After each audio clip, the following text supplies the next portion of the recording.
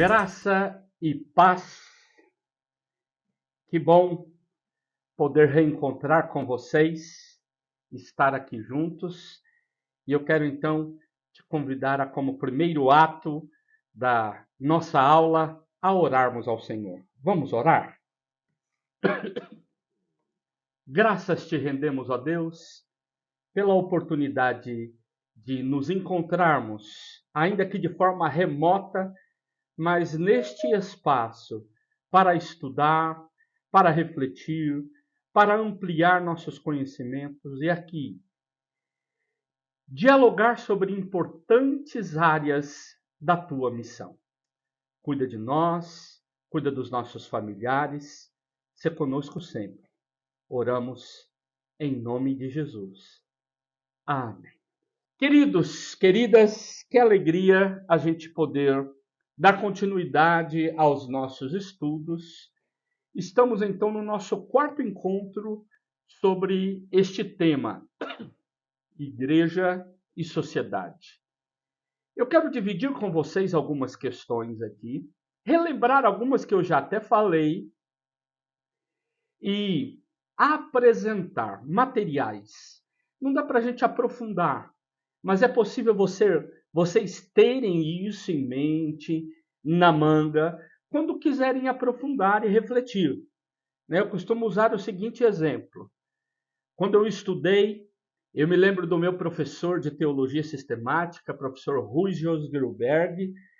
Ele falava e chamava a gente para estudar o livro Teologia Sistemática do Paul Tillich. Mas foi depois que eu me formei, que eu estava na igreja local, que eu consegui ler sem a pressão de que haveria uma prova, de que haveria alguma avaliação em torno disso. Então, conhecendo, vocês vão guardando no bornal da sabedoria e então vocês vão depois avaliando aquilo que compensa aprofundar. Vou projetar algumas questões para nos auxiliar aqui neste momento. Nossa disciplina faz parte do módulo e o que nós avançamos aqui agora, então, é no quarto encontro da disciplina Igreja e Sociedade. A professora Blanches deu 2 partes e eu agora apresento a segunda aula da minha parte, num total de 4 aulas.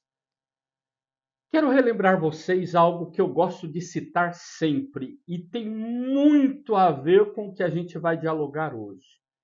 Carlos Mesters vai usar um exemplo para dizer assim, olha, há formas diferentes de olharmos para as coisas, de compreendermos as coisas, de entendermos as coisas.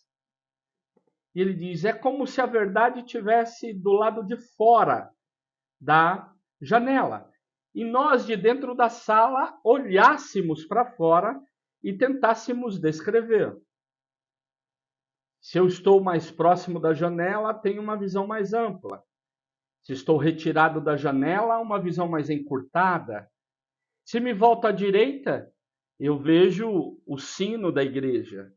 Se me volto à esquerda, eu vejo a praça da cidade. Então são os meus pés e o lugar onde eu estou dentro da sala que define a minha visão, que define o que eu enxergo. Por isso é sempre bom, é importante que a gente tenha clareza de que lugar nós estamos para fazer nossas afirmações.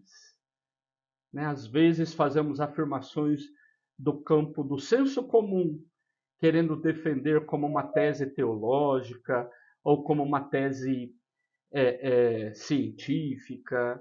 Não, isso é bíblico. E, na realidade, não passa de uma afirmação muito pessoal. E aí a gente relembra que a questão da epistemologia é saber de que lugar nós estamos falando quando abordamos um tema. Qual que é o nosso lugar de fala? Tenho clareza nisso? Qual que é o nosso lugar dentro da sala? Tenho. Então tá bom, estou definindo a partir deste lugar. Por que é importante? Porque às vezes quando estudamos, nós temos tantos teóricos, tantas pessoas, e a gente afirma o que as pessoas, os estudiosos, os acadêmicos vão nos apresentando. E aí nós pegamos várias ideias para tentar formar as nossas ideias. Essa é a questão de uma formação acadêmica. E aí eu sempre trabalhei com vocês essa fala lá do Cortella, que eu gosto muito, que precisamos de tempo para pensar, de ócio, e menos atividades não reflexivas, negócio. Ócio é tempo livre, é falar agora nós vamos refletir, vamos pensar, vamos planejar. Negócio é fazer, é agir, é a prática, é o vamos ver. Nesse sentido, o meu convite tem sido sempre este, como um teólogo pastoralista, é dizer para vocês: dediquem tempo para o ócio, para refletir, para que não venhamos a transformar a nossa pastoral, as nossas ações, o nosso trabalho em mero negócio, em mero fazer. Um fazer que não leva em consideração aquilo que realmente é importante, porque não teve tempo de refletir, pensar, decidir.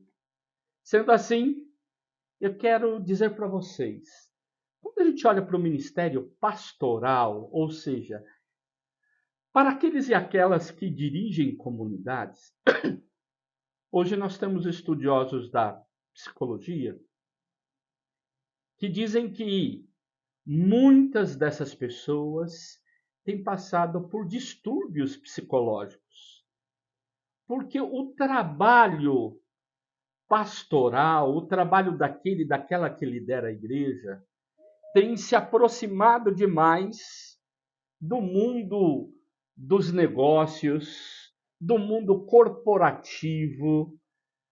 No popular, a igreja costuma falar do mundo secular, que seria o quê? As pessoas acabam reproduzindo na vida da igreja a dinâmica que é a dinâmica do mundo corporativo.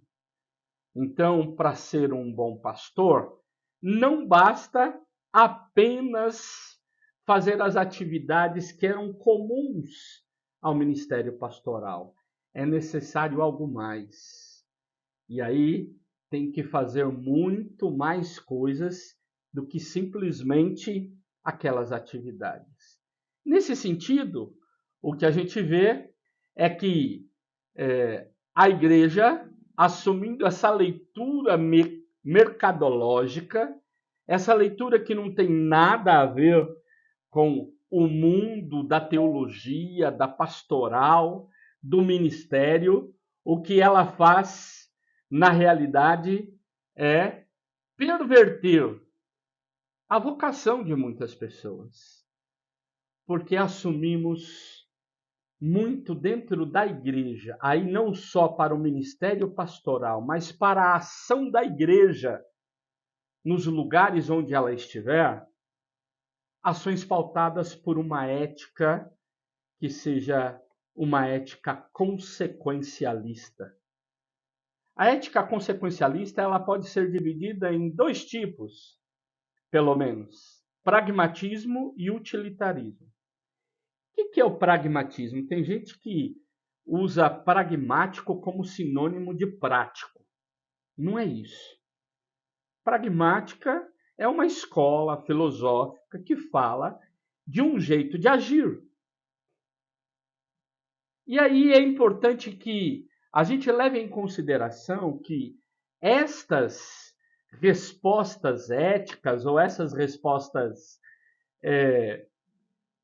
para a ação no mundo, a ação em sociedade, elas têm um lugar onde nasceu e um propósito. Por exemplo, o que nós chamamos de pragmatismo é aquela ideia de que a resposta à ação tem que conseguir aquilo que queria. Por exemplo, seria, olha, o seu objetivo é vender carros. Eu te contratei aqui no estacionamento, na minha empresa, é vender carros. Ok. Chega no final do mês, a pessoa arrebentou de vender carro. E aí o patrão, o chefe, vai lá e diz assim: parabéns, você é o melhor vendedor da nossa loja. Ele olhou para o resultado. Pode ser que essa pessoa que vendeu mais caro carros, ela não tenha agido dentro de uma ética, de um comportamento respeitoso, de um processo que valorize o outro. Pode ser que tenha mentido, pode ser que tenha falado algo a mais ou a menos, pode ser que tenha agido fora do respeito para com o outro. Mas como a avaliação é resultado, ele é o melhor vendedor. A ética pragmática olha para o resultado.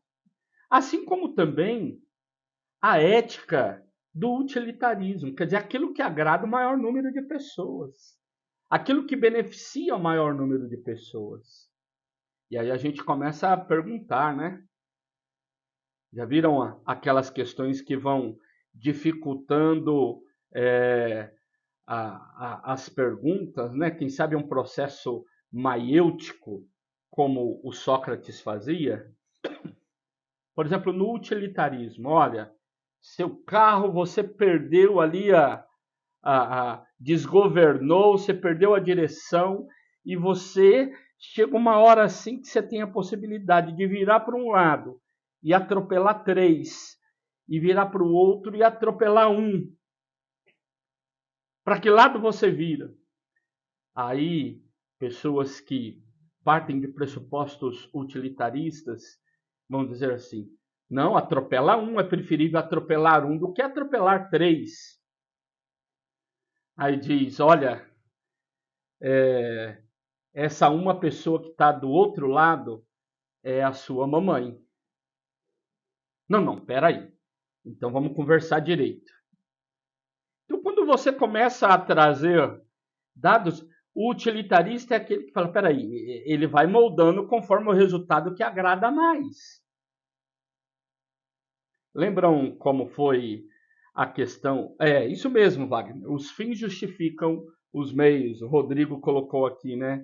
Não importa se está certo, o que importa é se deu certo. Bem isso. Então pensem comigo.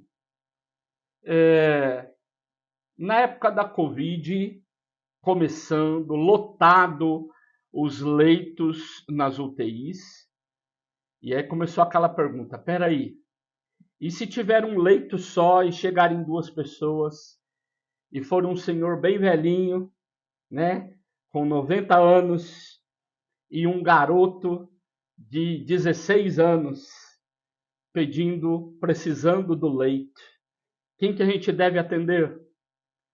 Aí começava, né? Não, tem que atender o menino, o senhor já viveu muito, 90 anos. O menino, a 16 anos, tem muito para viver. E aí uma pessoa poderia dizer: não, mas esse senhor é um senhor que só fez bem para a sociedade, que ajudou muitas pessoas, inclusive ele ajudou muito o nosso hospital. E esse garoto de 16 anos, ele está condenado porque fez vários atos de violência, várias coisas. Aí as pessoas começam a mudar. Ah, não, então pensem que isso acontece. É importante que a gente pense que às vezes, na nossa ação no mundo, nós queremos adequar algumas coisas a partir de resultados. E aí, usando a figura do que o Bauman chama de sociedade líquida, a gente acaba por olhar para essa dinâmica flexível, volátil, né, volúvel desse mundo líquido, e a gente começa a moldar também algumas ações ministeriais. Ontem, no meu sermão, pela manhã, eu fui celebrar o aniversário da minha igreja. A minha igreja, Central de Campinas, está completando, né, neste mês de agosto, completou 109 anos de vida e missão. E dentre as várias colocações, lá vocês foram meus alunos de homilética, né? Lá no exórdio eu comecei assim: graças a Deus. Você já utilizou essa expressão? Infelizmente, nós utilizamos tanto que perdemos o significado dela. Às vezes usamos como sinônimos de felizmente, legal. Mais ou menos assim. E aí, tudo bem? Graças a Deus. Na realidade está falando, felizmente. E aí, você fez o negócio lá, deu tudo certo? Graças a Deus. Deu sim. Ou seja, nem sempre a expressão graças a Deus é dando graças a Deus. É simplesmente um legal, felizmente. Que bom. E após esse exórdio, foi fazendo algumas colocações e disse: ser uma igreja de 109 anos, plantada no centro de uma grande cidade, e manter-se uma igreja vigorosa, uma igreja com frutos, não é tarefa fácil. Porque, tal como diz o ditado, um olho no peixe e outro no gato, a gente também precisa de ter um olho na tradição e um outro na missão, na atualidade. Olhar para a história, olhar para o retrovisor, mas também olhar para o para-brisa. Ou seja, cumprir a tarefa no mundo diz respeito a olhar para o passado, ver de onde nós saímos e, ao responder ao tempo presente, respondermos levando em conta a tradição, mas as necessidades do mundo presente. Às vezes, nós acabamos repetindo o que outros fizeram no passado e não atualizamos. Ou queremos responder às necessidades da atualidade sem levar em conta os processos teológicos que nós já estudamos no decorrer da história e no decorrer dos tempos. Aqui o João Cláudio disse: é verdade, tenho aprendido isso muito depois que comecei a estudar por aqui. Que legal ouvir um depoimento desse, um testemunho desse, João Cláudio. Então pensem, um olho no peixe, outro no gato, um olho na nossa tradição, que é a Bíblia, na nossa tradição, que é a nossa teologia. Olhar para aquilo que Deus já fez na história. Por isso, no meu sermão ontem, eu usei o Salmo 136, convidei a igreja a salmodiar este salmo. Nós fomos lendo acompanhados por um instrumento de corda. E aí eu fui explicando o salmo. É um povo que reconhece o Deus que agiu na história. E nós só chegamos aqui não é porque nós somos bons. Essa sociedade, com os valores da meritocracia que a gente vive hoje, que é fruto do nosso trabalho, não cabe numa postura teológica. Qualquer fruto, qualquer resultado é graça de Deus. Por isso, em todas as afirmações diz lá: rendei graças ao Senhor, porque a sua misericórdia dura para sempre. Rendei graças ao Deus dos deuses, porque a sua misericórdia. Rendei graças ao Senhor dos senhores, porque a sua misericórdia. E aí vai. Ele criou a lua, as estrelas, o sol. Depois vem ele quem matou os primogênitos, ele que nos livrou do Egito. Aí vem para outro momento histórico, dizendo, ele é aquele que nos acompanhou no deserto. Ele é quem permitiu que nós conquistássemos a nossa terra. A terra prometida não foi uma terra ganhada, foi conquistada. E aí ele termina o Salmo 136 dizendo assim, olha, o Senhor, ele nos atendeu na época do nosso abatimento. Ou seja, qualquer momento da história que estamos enfraquecidos, fragilizados, nós sobrevivemos. Não por causa da nossa força do pensamento, não, mas porque a misericórdia do Senhor está presente. Porque a sua misericórdia dura para sempre. Por que eu estou chamando a atenção desse sermão? Porque este sermão chama a nossa atenção para o seguinte. Aí o William colocou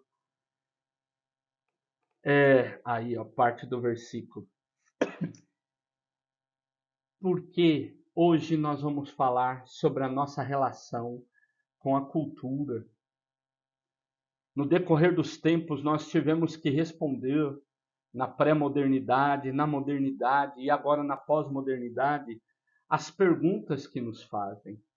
E há uma tendência no mundo atual, no mundo contemporâneo, de transformarmos a igreja, de transformarmos o nosso clã, de transformarmos o nosso gueto num espaço customizado, um espaço segundo o nosso querer.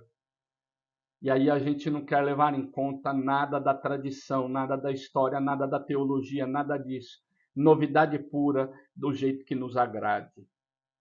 Sendo assim, tudo que nós fazemos acaba sendo um bem religioso, e esse bem religioso tem que responder àquilo que a maioria deseja. Então reuniu, fez o culto, o povo saiu alegre e feliz. Importa-me lá se a teologia está certa ou está errada. Fez bem. Peraí. Ir no campo de futebol também e soltar umas palavras lá meio atravessadas pode promover catarse também em muitas pessoas. Ir pescar pode promover catarse. Sentar para contar causa pode promover catarse. Nossos cultos podem promover catarse sem realmente representar os valores, os conhecimentos bíblicos, teológicos, pastorais. Por isso, quando nós olhamos para a nossa sociedade, nós precisamos de perguntar como que nós nos relacionamos com a cultura. E a igreja, ela no decorrer da sua história, o cristianismo teve várias relações com essa sociedade. Eu quero então aqui, antes de apresentar os textos, que são estes que estão aqui, do Nibor, do Gutierrez, da Magali, que vocês leram, e do Carson e do Keller, né, do Tim Keller, eu gostaria de tirar aqui a minha projeção para mostrar para vocês os livros, né? Muito interessante. Por exemplo, o primeiro que eu vou falar é o do Nibor, um livro bem antigo, bem antigo. Uma leitura de alguém lá nos Estados Unidos, muitos anos atrás. Chega aqui no Brasil, né, com uma tradução. Então pense que são textos mais antigos. E ele vai trabalhar a ideia de Cristo e a cultura. Depois, nós temos outros textos Por exemplo, tem um que eu não estou com ele aqui em livros, porque ele é um PDF que eu tenho, que é do Gustavo Gutierrez, que ele vai abordar também, né? Ele vai falar sobre como a igreja responde na sua relação igreja e sociedade. Nós temos o texto da Magali Cunha, que vocês fizeram a leitura, que ela pega aquilo que o Niebuhr traz, ela revisita o texto do Niebuhr e faz uma adaptação. Se o Niebuhr fala da sociedade estadunidense e tenta ampliar, o Gustavo Gutierrez fala da América Latina e a Magali Cunha apresenta o contexto brasileiro. Agora, nós temos alguns outros textos também. Por exemplo, esse texto aqui do Tim Keller. Não sei quantos já tiveram oportunidade de ler, um texto muito bom. Igreja Centrada. Tim Keller, ele vai visitar as afirmações do Niebuhr sobre esse diálogo com a cultura e atualizar, fazer pequenas mudanças, mas atualizar. E você tem o Carlson, que ele tem uma postura bem conservadora e ele vai fazendo uma releitura do Niebuhr, refutando as ideias do Niebuhr, dizendo isso sim, isso não, e aí é mais não do que sim. Por que eu estou dizendo isso? Porque é importante lembrar o que eu disse no começo da aula. Depende do lugar onde nós estamos dentro da sala para definir o que a gente vê lá fora. Existem várias referências, né, bibliográficas, vários referenciais teóricos. E o que é que a gente precisa?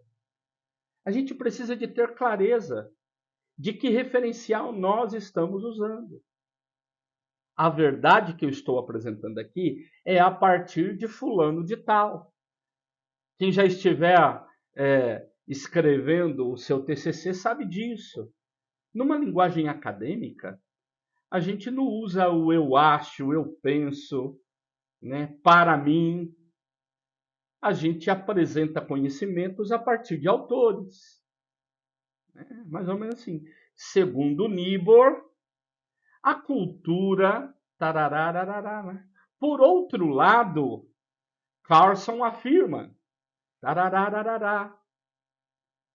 Entre Carlson e Niebuhr, Tim Keller apresenta uma leitura, isso é, a gente saber de onde nós estamos falando. Eu posso ter minhas opiniões e assumir, dizer, prefiro A do que B, ok? Isso faz parte do jogo do conhecimento. Agora, o que a gente não pode, isso é um problema muito grande, é que a gente tem uma tendência, para falar que o nosso está certo, a gente começa dizendo que o do outro está errado, né? Lembram quando eu dei aula para vocês e apresentei o 6 e o 9, a pessoa olhando de um lado e de outro? Às vezes nós fazemos isso.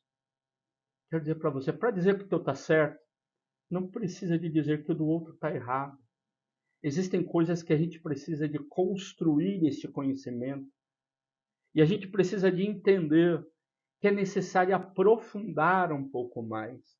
Porque às vezes queremos verdades rápidas e somos tremendamente superficiais na abordagem, nas nossas colocações. A gente fala coisa que simplesmente nos agradam. Algumas teorias que são trabalhadas hoje, né, de que o ser humano vai em busca do que lhe falta. E ele traz para si o que ele sente falta. E aquilo que ele sente falta, ele diz, essa é a verdade. E muitas vezes, para preencher nossas necessidades, nós fazemos afirmações de verdades. de verdades que nem sempre são, vou aqui forçar um pouco, verdades verdadeiras, mas que é a nossa verdade, segundo as nossas necessidades.